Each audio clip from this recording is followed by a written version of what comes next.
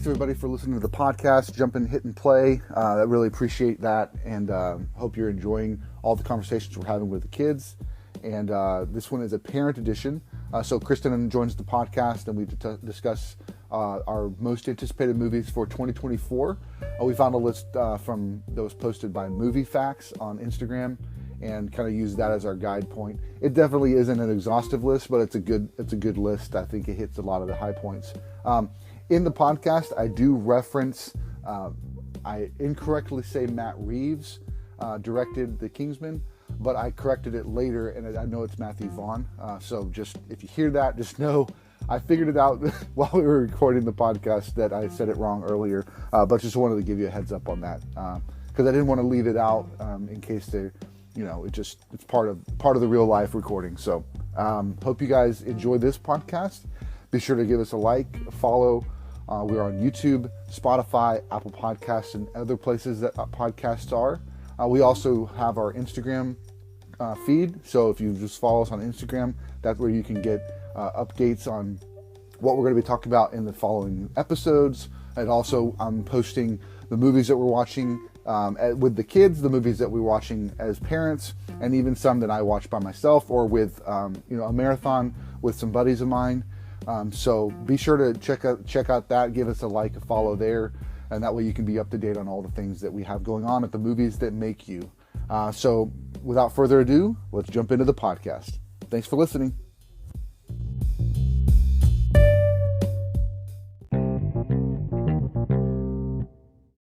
Welcome everybody to the Movies That Make You podcast, and we hope you all had a wonderful Christmas.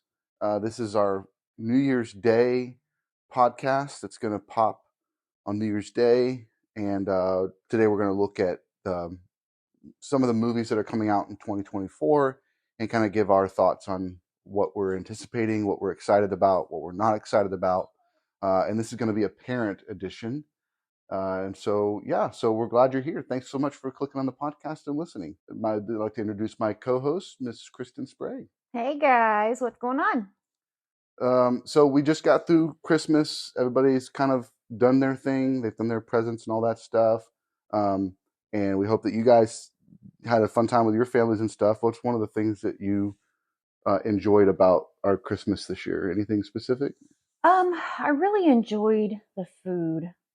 I think that also everybody did well this year. I don't know if it's just that they're getting older, but I feel like all the kids, they just really enjoyed Christmas, and it's just fun hanging out with them and watching them, especially when the grandparents are in town, and we all just get to hang out. Yeah, I think I really enjoyed the, in our house we do you got to wait till everybody's ready before you can come out and get your presents. And we had a situation where, your mom and Tim weren't going to be able to be here very early, and we told the boys, and they really didn't make any fuss about having to be in their room till 8:00 in the morning on Christmas morning when they're probably going to be awake at 6. Like they didn't have any problem with that. And I was really proud of them for that. And I think Colton even said, it just builds up the anticipation, and so there's just it's fun that they're into the routine, kind of our traditions that we've kind of established as far as how we handle Christmas morning. They're into it. They enjoy it. And then when they got here at 7:15 and we opened what was saying in the hall, "Joy to the world." Yeah. And the kids walked out like, what? What is going on? Yeah. That was so much fun. And I think I shared with you too, like I just really love the energy, the fun that all the boys have, that they are excited for the presents when they open them, and they're just really happy. They're happy on Christmas morning, and it's not a stressful, it's not a disappointing time. It's a happy time, and everything that we did was fun for that reason. So yep, totally, pretty cool. So we are gonna. This is dropping on New Year's Day, so I wanted to ask you: do you have any New Year's traditions that you did growing up, like New Year's Eve, New Year's Day? Like what is some of the things that you guys did Yes. So growing up, New Year's Eve, we would usually go to my parents' Sunday school class, somebody's house, and we would stay up until midnight and then come home. And it was always exciting for me to get to stay up that late. I'm definitely not a night owl or anything. So it was like the one time a year I would stay up really late. Um, and then now, as a parent, I'm totally fine with watching the Eastern ball drop and Yeah. calling it quits at 11 Central Time. So, as for the New Year's resolutions, I am I used to do those as a kid just because it gave me something to work towards every year. But as an adult, I've decided if there's something I want to change throughout the year, I'm just going to change it. If I need, it's usually we make them to better ourselves. So if I want to eat healthier, or if I want to take on a new routine, something to help improve my thoughts or mental state or whatever, I'll just do that throughout the year. So it tickles me when people are fully committed, especially those that want to get in shape. You can do that any time of the year. Hmm. For sure. And I think for me, I was never really a big New Year's resolution fan either. Like growing up, I never even did them. It wasn't a motivating factor for me. Um, it was if I needed to change something about myself, I usually tried. I usually was encouraged to do it like throughout the year. Going to church and stuff like that. Like they encourage you to live life. Um, there are other seasons of the year that we do take on things like Lent. We've Mm-hmm. done that, and that's a unique time for me. But New Year's just never was that thing for me growing up. Um, but for New Year's Eve, we would always go over to friends' houses, and it was always fun because it was always usually like appetizers for dinner kind of thing, and so just played with that. I think the first time I ever had Hooters wings was at a friend's house with my parents, and like, what wings are these? And my mom's like telling the guy, don't tell him where these are from. But it was just fun. So, and as the boys have kind of been around, like we've not necessarily let them um, stay up till midnight every time. I think the older boys did it this Mm-hmm. last year, when we have them, because we only have them on New Year's every other year. We did last year. We were in Florida with your parents. Yeah, so we let them stay up late. Mm-hmm. Um, and I think growing up, when we did do the parties and stuff, it was we would watch the Dick Clark's countdown, because that was like the most popular one. And then as he was aging, Ryan Seacrest took over it. Like we didn't really kind of keep doing that. So now it's just kind of like we just do whatever. We will watch a movie, or we'll Play play games. games, play board games, play card games, and stuff like that. Just kind of enjoying and staying up. And then sometimes we're so engrossed in conversation or the game that we're like, "Oh, midnight's in 2 minutes. Yeah. Oh, we better go stand in front of the TV, Yeah. and get ready." Um, so that's a little bit of ours. Now, do you have any New Year's Day traditions, like food wise? Because I think you have at least one that I. Yes. So the black eyed peas, first of all, I just enjoy them. I love black eyed peas and butter. But also cabbage was a big one growing up. I don't know if it's German roots or where that came from. Um, but those are my favorite. And then with like a ham. But that's really it. Just Yeah. enjoying the day off of work and getting ready for the next day. Yeah, absolutely.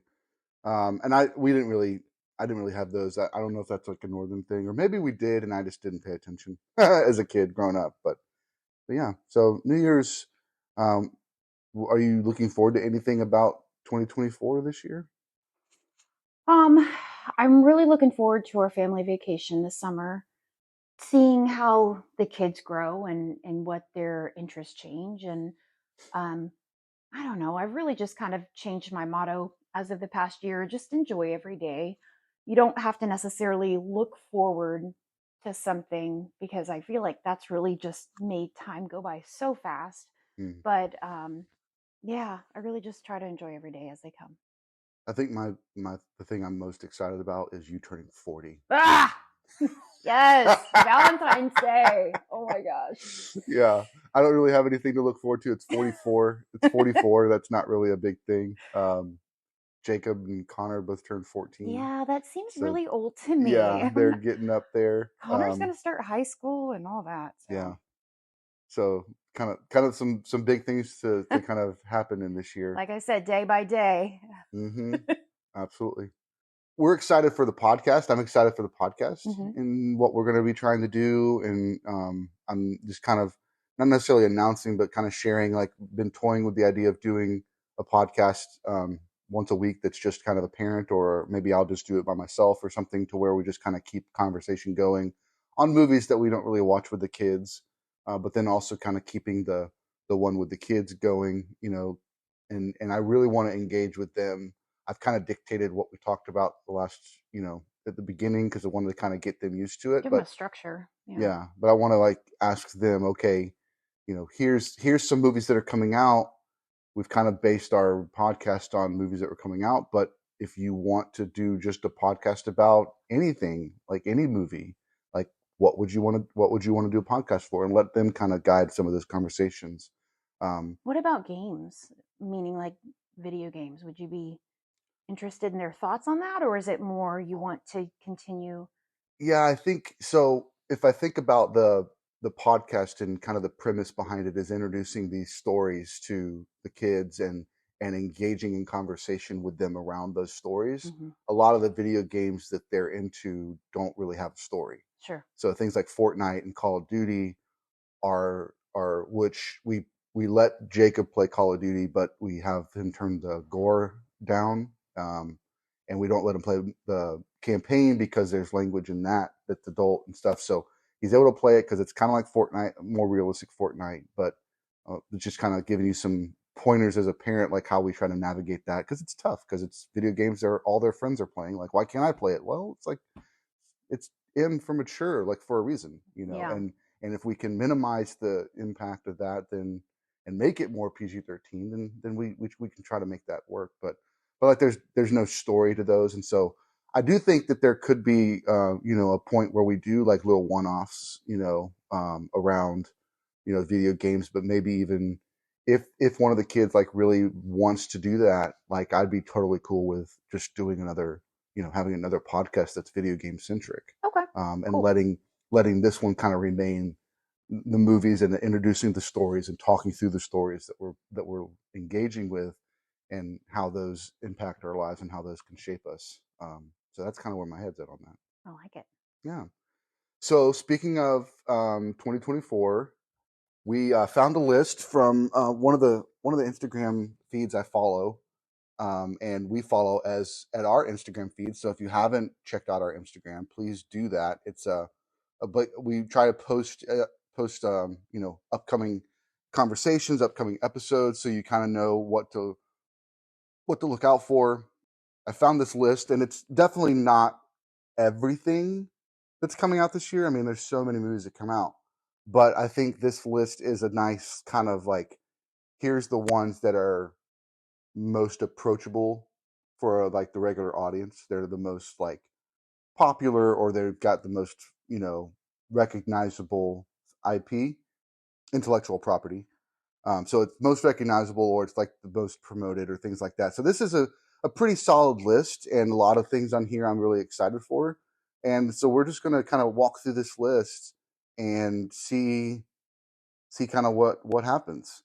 First one we've got here on the list, and I've shared this on our Instagram feed also. So if you want to take that, um, take a look and see, it's another Instagram account to follow, but they're really good. I think it's Movie Facts.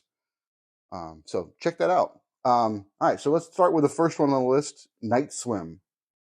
So this is a horror movie about something about a pool in the backyard. They move into the new house, and then when they go swimming, like, when they're in the water, there's things in the water or there's things that turn them bad, or turn them to zombies or something. I don't really know, because they're keeping it kind of teasery in the trailers. But it's a horror film, which I know is not necessarily your favorite. Like my anxiety's already going up a little bit thinking about swimming at the, in the dark, and because that's always what creeped me out. It was the unknown. What's in the water? What's going to get you? Not a fan of swimming in lakes anymore. Didn't care as a kid. Now I'm a little different. I very distinctly remember anytime I swam in a pool at night, I thought Jaws was at the pool with me. Totally. Like, and what's funny is that it's such a the fact that everybody thought that when we were kids is so ridiculous. We're, it's nowhere near the ocean. There's no fish, let alone sharks. But the But movie put it in our head that that's going to happen. yeah, it's such a unique kind of thing to swim at night. So as a horror film fan, I am looking forward to seeing what Night Swim's about. That's just kind of my thing. So I would definitely have this on my list of movies that I want to see. How about you? Yeah, I'd be down to watch it. Might need a nice quiet place afterwards, but I'll watch it with you. So yeah, cool. Night Swim. We both have that on our like we check that out. Yep. All right, next one we've got on the list is coming out February 12th, and this is Argylle. This is a very interesting premise. Just to kind of give a little bit of production background, this is Matt Reeves. Matt Reeves directed The Kingsman and the Kingsman, The Secret Service, and Kingsman 2, The Golden Circle. So he has this kind of flair about his movies. He also directed, I believe he directed the X-Men First Class, and so he's got this kind of big, kind of bombastic like movie style. Really, mostly action centric, but then he also has a lot of like he kind of pushes the envelope on certain things that he does in his movies. It's not just like a standard action. He's always going to kind of have a little bit of a edge Extra. to it. Yeah. So this movie is it's got Bryce Dallas Howard as an author, and she's been writing this character in her spy novels for years, and then she hasn't finished the book yet. She doesn't know how to finish the current book, and then she ends up being on a train with Sam Rockwell, who come to find out in the trailer he is a Secret Service agent that's there to protect her, so that the bad guys don't come get her, because there actually is a secret agent named Argylle, and everything that she's been writing has been coming true. So kind of a funny little twist. It's got Henry Cavill as Argylle, which I love him. I've loved him since seeing him on The Tudors. And then, of course, he was Man of Steel. He was Superman for a while. He was The Witcher. I just really find him a really solid actor, and I really want to see him succeed. He was in The Man from U.N.C.L.E. He was in, and that was a really fun movie if you haven't seen that. He's also in Mission Impossible Fallout, and he fought against Tom Cruise and just brought it in that role. Just a great actor. So I really hope the movie does well. It comes out in February, which isn't necessarily where the biggest movies come out, but in recent years, things like Black Panther coming out in February has made February even a popular place to be for some of these action films. So you've seen the trailer a few times. Yeah. What I'm do you not think? as excited. I'm not a fan of just silly action movies to me. If just it looks pretty. I will say that. Like the colors and the brightness and everything within the trailer that I've seen looks neat, but I'm not overly excited. So, That's fair. yeah, That's fair. You liked Kingsman, I didn't you? did. And then we watched The King's Man, which was like a prequel based off his characters, but not in. He didn't direct that one, but yeah, it's a fun. So I mean, he's got a fun style, and I think when you mention the colors, it's kind of like his style, kind of real pop Hmm. colors, and everything's kind of bright. Cool. So one for me, and then nah for Christian. um, the next one is coming out February 14th, your My birthday, birthday. and that's Madam Web. We've seen this trailer quite a bit too. It's got Dakota Johnson in it. It's got Sydney Sweeney. It's got some other actresses that we've seen in other things. And a little background on this one: it's in the Sony Spider Verse. To kind of, if you aren't fully aware of how these characters are used and how they're who owns them, but Spider-Man is a Marvel character that they sold the rights to the movies back in the early 2000s to Sony Pictures. And that's when Sony Pictures came out with the Tobey Maguire Spider-Man. And then they came out like a few years, I think 5 years after that trilogy was done, they came out with another Amazing Spider-Man with Andrew Garfield, because if they didn't come out with another Spider-Man, the rights would revert back to Marvel. And so Sony has the rights to Spider-Man on the big screen and all the Spider-Man characters. Like his whole universe is owned by Sony at this point to display on films. Now the biggest trick to that is that Marvel and Sony came to an agreement, a negotiation agreement, that they would be able to use Spider-Man in the Marvel Cinematic Universe, which was a huge deal. It had never been really done before for a studio, two studios like that large to share the rights to a character. But because of the success of Avengers and Marvel, Sony, I think, was just very smart to say, yeah, use that character, because if it's successful, then we'll make money. Mm-hmm. And also, they started building out all these other characters from Spider-Man into these separate movies. So Venom, Venom 2, Morbius, those are all Spider-Man. And what we're going to see in this movie is a bunch of Spider-Women, different versions of Spider-Women, different types where they come from. I'm not fully aware of all of that, but that's what you see in the trailer, is they all kind of have something to do with Spider-Women. Madam Web, being Dakota Johnson's character, has the ability to, because of an accident, she has the ability to redo events when they happen.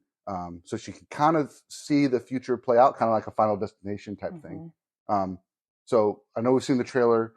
What are your thoughts before I share mine? I really enjoy Dakota Johnson as an actress. Same with Sydney Sweeney. I feel like they're both still fairly new with being, in the big screens and stuff. They've both done a lot of things, but as for like solid movies, I'm really looking forward to it, which is interesting for me to say, just because Marvel and these type of characters are new within the past 5-6 years for me.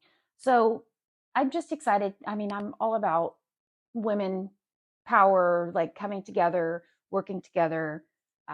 Yeah, I think it'll be just a different kind of premise. Yeah.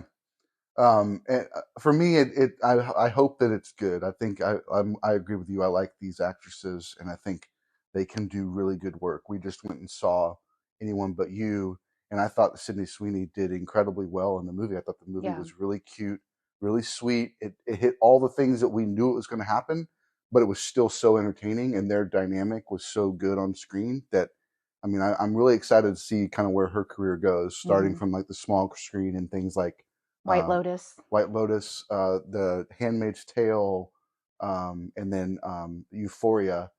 So I'm just really excited to kind of see what her career does, just because it's hard sometimes for people to go from small screen TV shows and then kind of make it in the movie industry, because it's just a different animal. To be fair, I did want to mention one other thing about Sony. Sony is also the one that does the Spider Verse animated ones, because they own the rights to Spider-Man. They're the ones that produce that, and it has the Marvel logo at the front, but it's not Marvel Studios. It says in association with Marvel. So this is one of those movies that we're actually going to see two other parts of this kind of Sony Spider-Verse are coming out this year as well.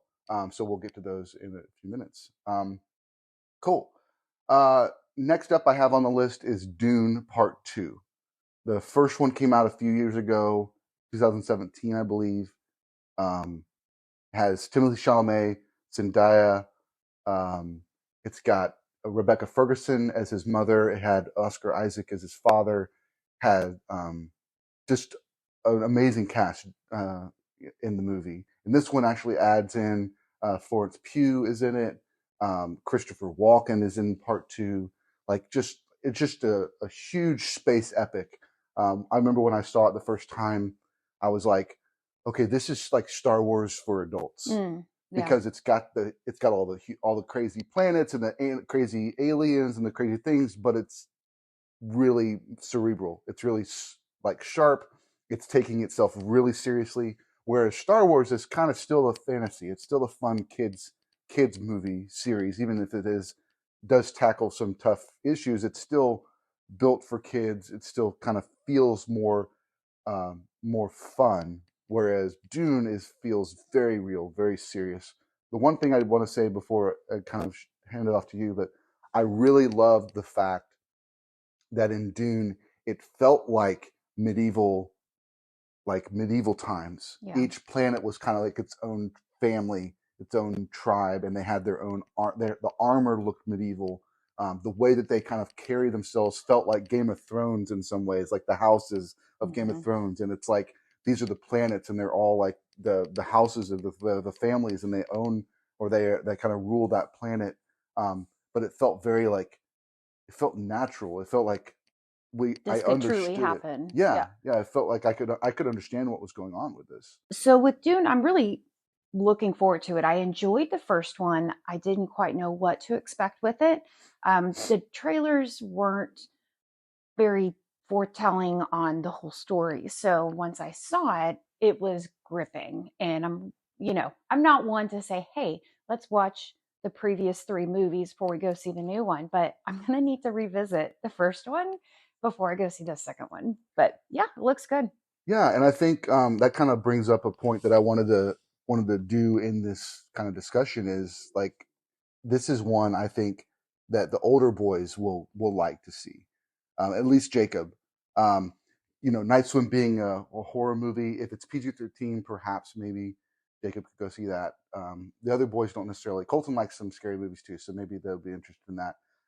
Argyle is rated R, so that's No. going to be just a parent movie if we go see it. Madam Web might be something that we take the boys to because it's PG-13. It's in that Spider-Man universe, that kind of thing. They might enjoy that. But I'm actually really looking forward. I actually have it already on the schedule for us to talk about Dune 1 in preparation for Dune Part 2. I'm not going to force all the boys to watch it necessarily because it is so like Eddie. cerebral. It's so heady. But I do think Jacob and Connor would enjoy it. Um, I throw this term out a lot. I try to limit how many times I throw it out these days, but it's just epic in its nature. It just feels Hmm. so huge and so large of a story and the world that he's built. Um, Real quickly, the director is Denis Villeneuve, and he directed things like Prisoners, Arrival. He directed a movie called Enemy with Jake Gyllenhaal. He directed the Blade Runner 2049. So he has this very unique, very particular, very precise way of directing, and his films feel very cerebral, very smart, and also very together. It kind of reminds me of like a David Fincher esque type. The way that he has a clear vision, and we are seeing it, and it looks beautiful. Everything's perfect. It's just really really solid director. The next one we have on the list is comes out March 29th, and that is Kung Fu Panda 4. We saw this trailer before Aquaman when we took the boys to see Aquaman, and I think we also saw it in front of Wonka. Um, and the boys are excited for this one. It looks cute. I mean, Yeah, it's the other three were great as well. So I think it'll be, what we're expecting. I'm not anticipating any large twist or sure. anything, but it looks cute. I think for me, the Kung Fu Panda series, it might. I hope the boys will be interested in doing that one. But I think the cool thing about it is it's it's the classic story of someone who doesn't look the part but has it inside them to be awesome and be great. Mm. And that it doesn't matter what you look like, it doesn't matter what animal species you are, you can be a kung fu master.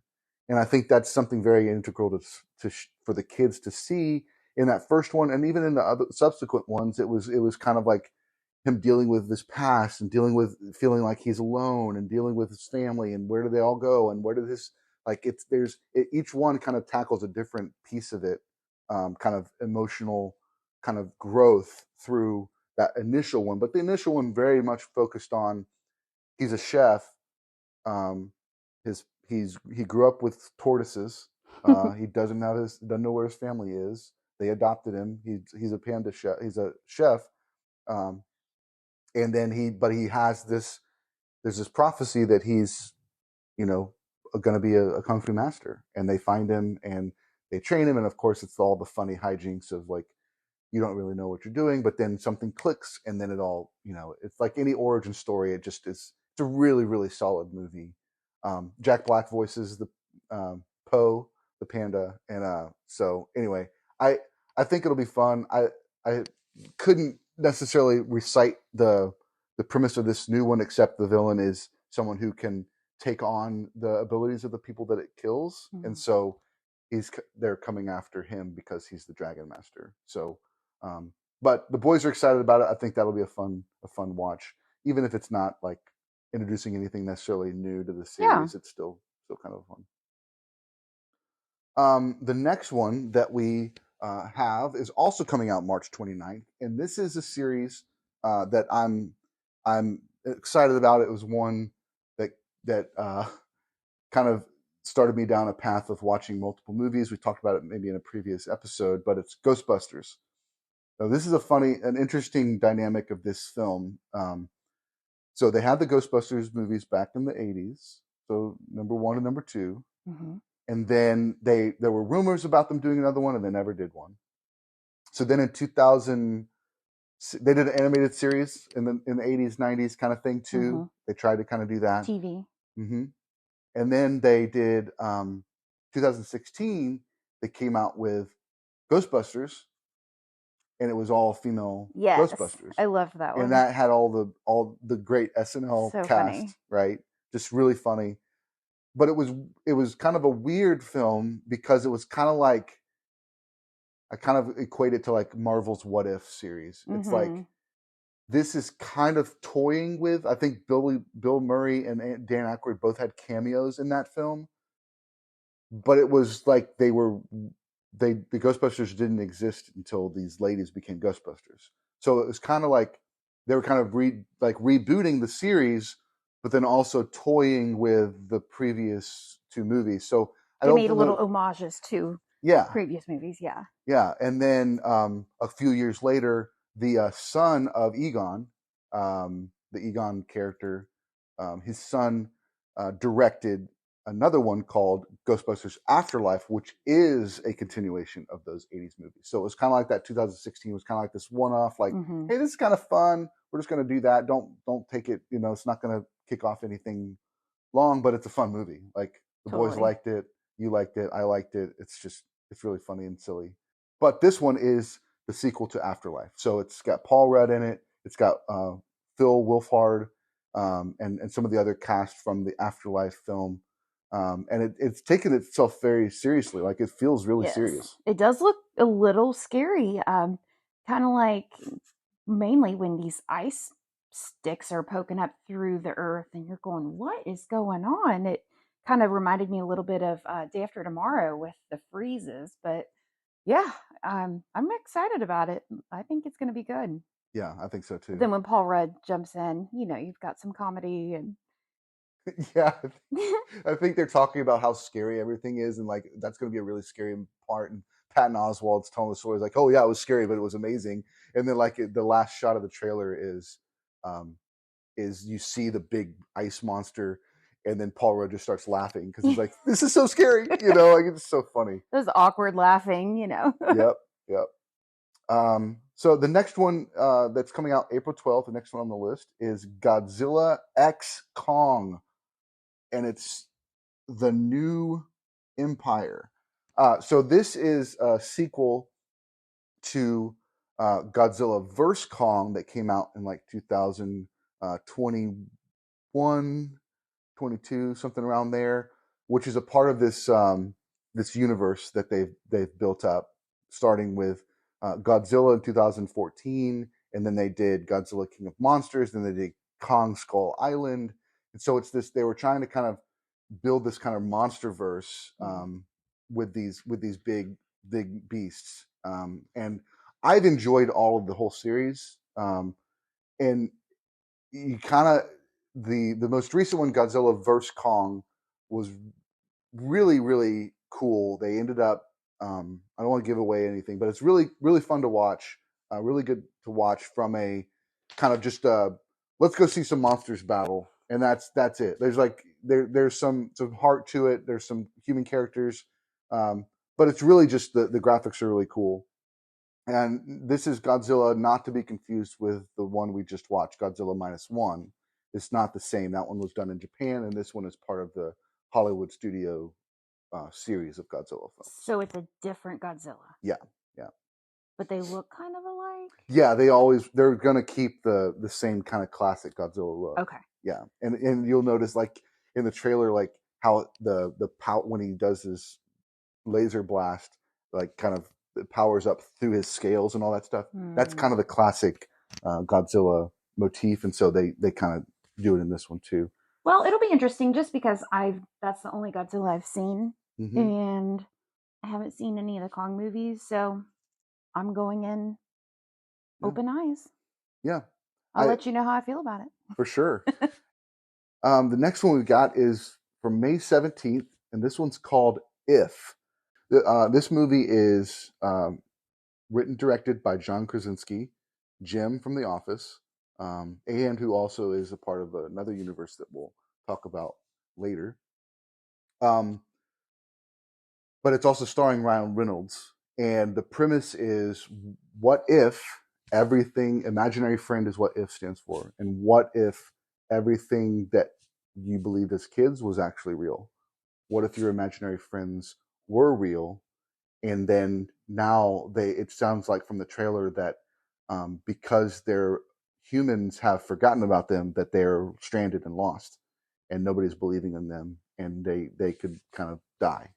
And so they're trying to get this girl, Ryan Reynolds' daughter, to believe, so that they can all have human counterparts, so they don't have to be disposed of or something like that. So kind of an interesting premise. It says from the mind of John Krasinski, so that's pretty cool. I mean, he's a guy we like, but it's definitely built for kids. So we'll probably take the boys to see that one. All right, I'm down. Cool. The next one we got on the list is Furiosa, a Mad Max saga. So you haven't seen any of the Mad Max films, have you? I haven't, but now watching this preview makes me want to watch them. Okay. I have not told you that yet. No, you hadn't. That's pretty fun. So I think the only one you would have to see Furiosa would be the most recent one, Mad Max Fury Road. That's where we get introduced to Furiosa the first time. And it looks a lot similar to this in that it's the gold colors and everything. Mad Max is a post-apocalyptic story where everything in the world has gone to crap, and everything's sand. They don't have water and stuff, and they have to kind of hoard water, and they have the people in power hold on to it and stuff like that. So it's I don't know if you remember the episode of Community when they all were kind of segmented off into their own things, and they all started wearing funky helmets and funky armor. Yeah, it's kind of like that you would look at it and go, yeah, that I recognize that, even if you haven't seen any of the movies. It's like using armor and metal and things like that, and in this post-apocalyptic desert. But the crazy thing about Mad Max Fury Road is that he went back to using 100% practical effects, and everything that you see on the screen is they really pulled off. That's with cool. Stunts and with contraptions, and it's crazy, like all the things that they ended up pulling off in that movie. So Furiosa in Mad Max Fury Road was played by Charlize Theron, and in this one it's a younger version of her, and it's played by Anya Taylor-Joy. And Chris Hemsworth is in it, but he has a huge nose prosthetic, and so you don't necessarily recognize him at first. But I'm excited to see it. Yeah, I love Anya Taylor-Joy. She's so talented. I really enjoyed watching her in Queen's Gambit. So yeah, for sure. The next one we got on the list is Kingdom of the Planet of the Apes, that comes out May 24th. What's up with all these ape movies? What is going on? 2 in 1 year. I know, with Kong and Planet of the Apes. It's kind of crazy. They're taking over. All right. Yeah, for sure. So this Kingdom of the Planet of the Apes is a sequel to the most recent trilogy of Apes films.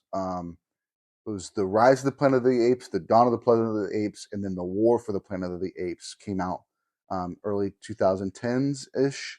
Andy Serkis plays the main. He's the motion capture guy that made Gollum in the Lord of the Rings. He did Kong in the Peter Jackson King Kong. He's the one that kind of really made this motion capture thing Mm. a huge thing. He also played Claw in Black Panther. He Mm. had the hand that was kind of, he could remove and make a gun or whatever he needed to. Um, so he's reprising the character of Caesar, who's the first ape in the first film to speak. And so it's kind of like, and the fun part about this film is that actually it's tied to the 70s Oh, apes okay. films. In the first movie of this trilogy, you hear the spaceship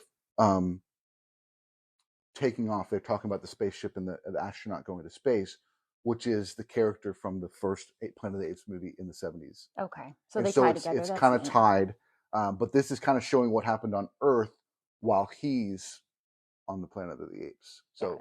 kind of it does kind of tie itself into it. But it really is the thing I think about any of this motion capture stuff and Andy Serkis and the way that these apes films have been just so good. It's just the fact that it's so realistic. Mm. It's so real. The emotions that they're talking about, the things that they're doing, it's so good.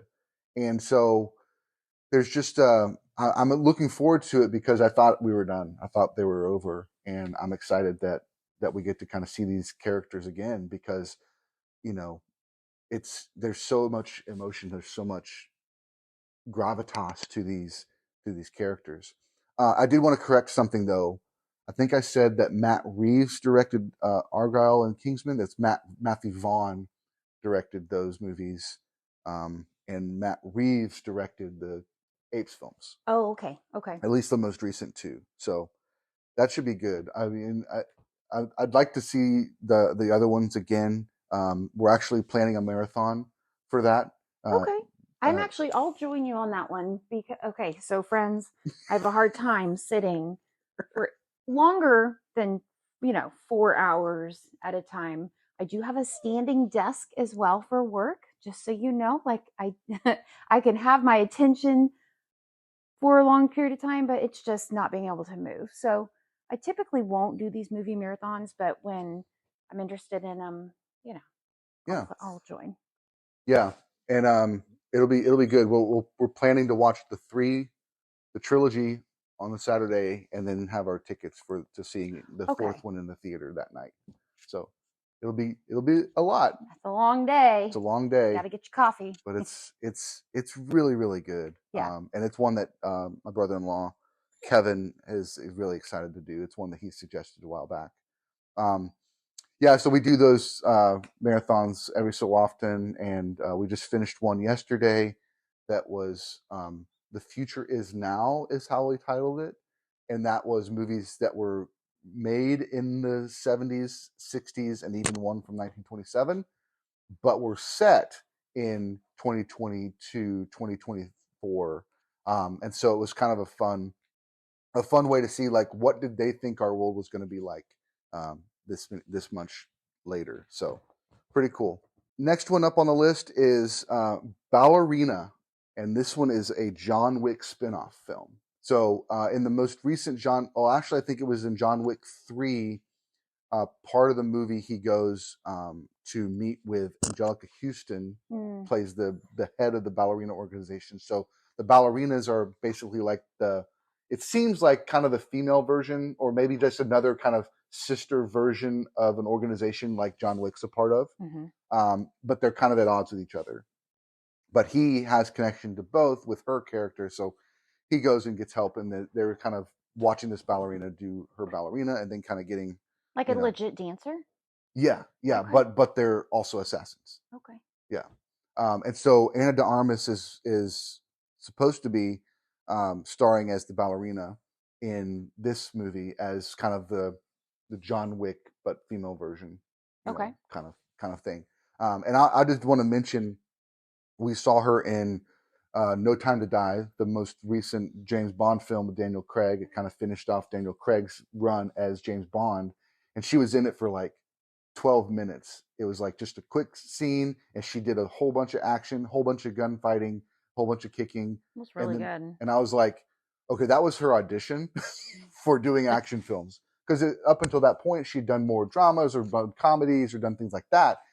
Since that time, she starred in The Gray Man with Chris Evans and Ryan Gosling on Netflix with the Russo brothers directing. She starred in that other one where it's Chris Evans and she's going on a blind date with him. Yeah. But then like she's a secret or she's a like a secret agent and he's just a dude. You know, it's just so she's done these other action films in the midst of kind of following up on that James Bond movie. So excited to see her in this because I think it's fun to kind of see someone kind of take on that. And I like the John Wick series just for a fun action film. Yeah, I know you're going to enjoy it.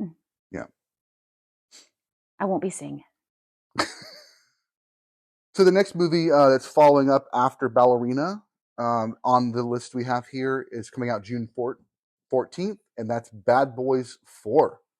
So what's funny is we saw the Bad Boys movies. You've seen the Bad Boys movie growing up or whatever, right? Yeah, just on TV. I didn't rent them from Blockbuster, but I think they were on TV. I enjoyed them. They're funny. Yeah, and not really too serious. Right. Yeah, but it's Will Smith, Martin Lawrence, and they.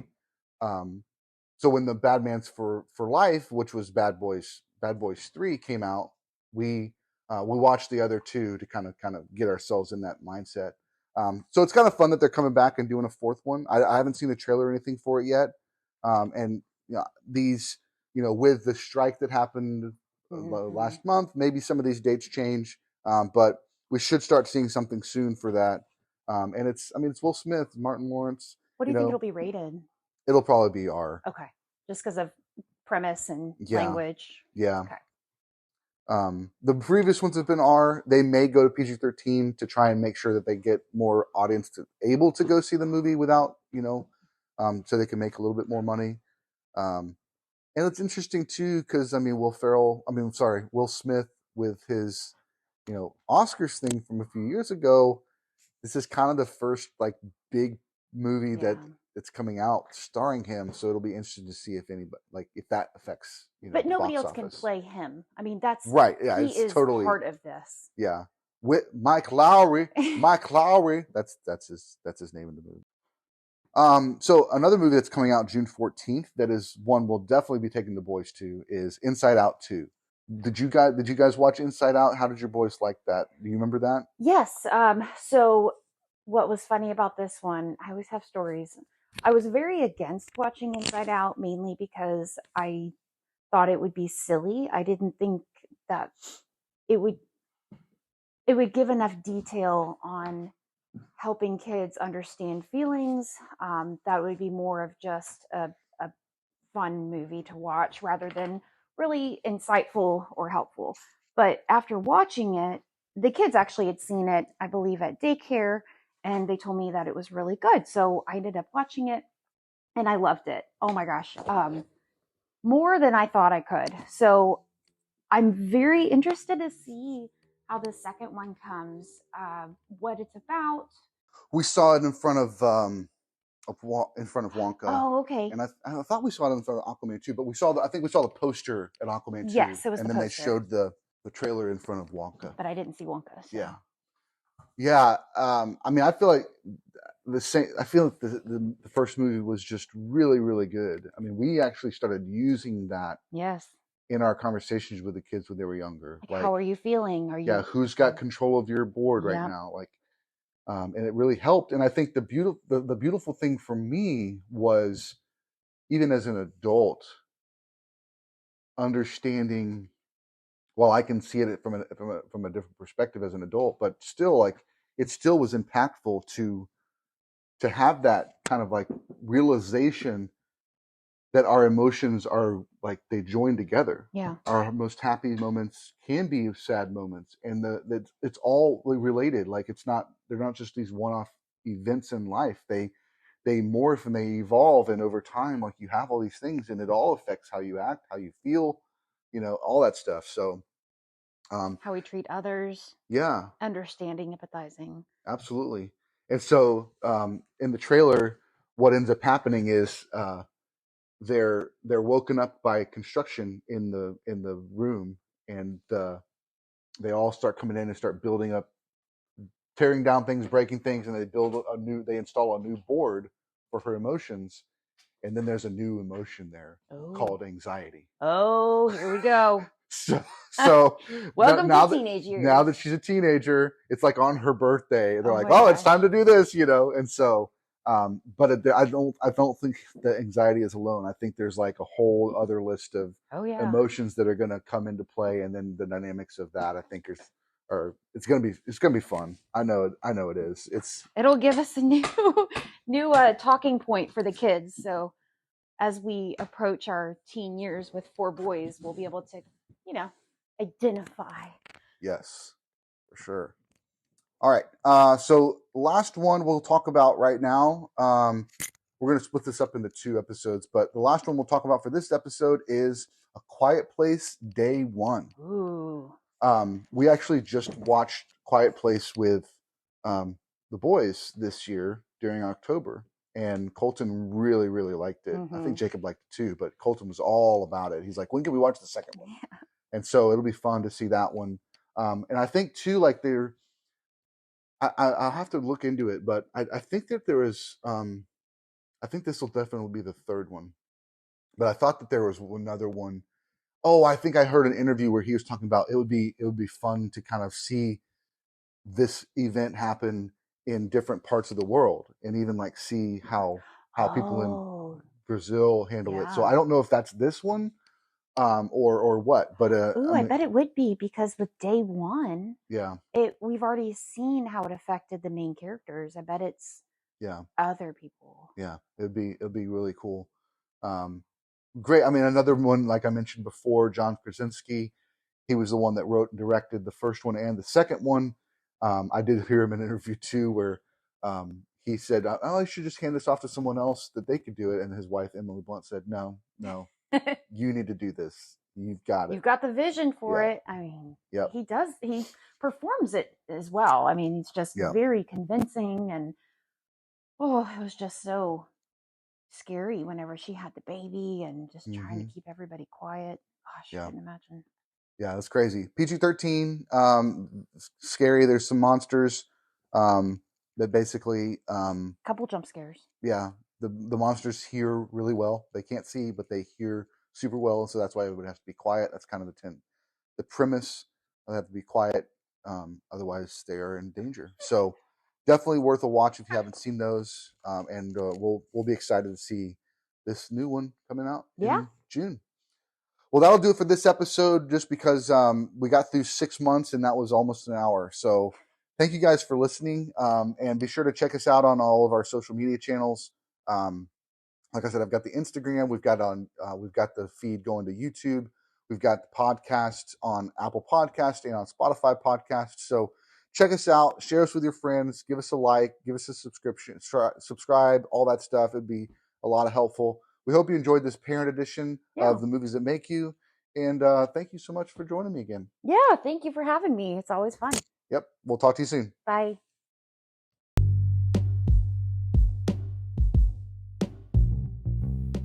Thanks again for listening to this podcast where we talked through the first half of 2024, the movies we're excited about, or the movies that are coming out and how we're anticipating them. Be sure to check us out next week when we finish out the list, finish out the year of 2024 with some of these top promoted movies. And then be sure to check us out on Instagram. I know I keep saying it, but that's where we're going to be posting all the movies that we watch. And you can comment there, or you can shoot us a message. You can share your thoughts, or ask us any questions you have around movies that we watch with the kids and how we introduce them to the kids, or which ones we might not watch with the kids and why. Feel free to ask us any questions you have. We would love to be here as a resource for you and your friends. Again, we are on YouTube, Apple Podcasts, and Spotify Podcast, and wherever else podcasts are. We hope that you will join us again next week.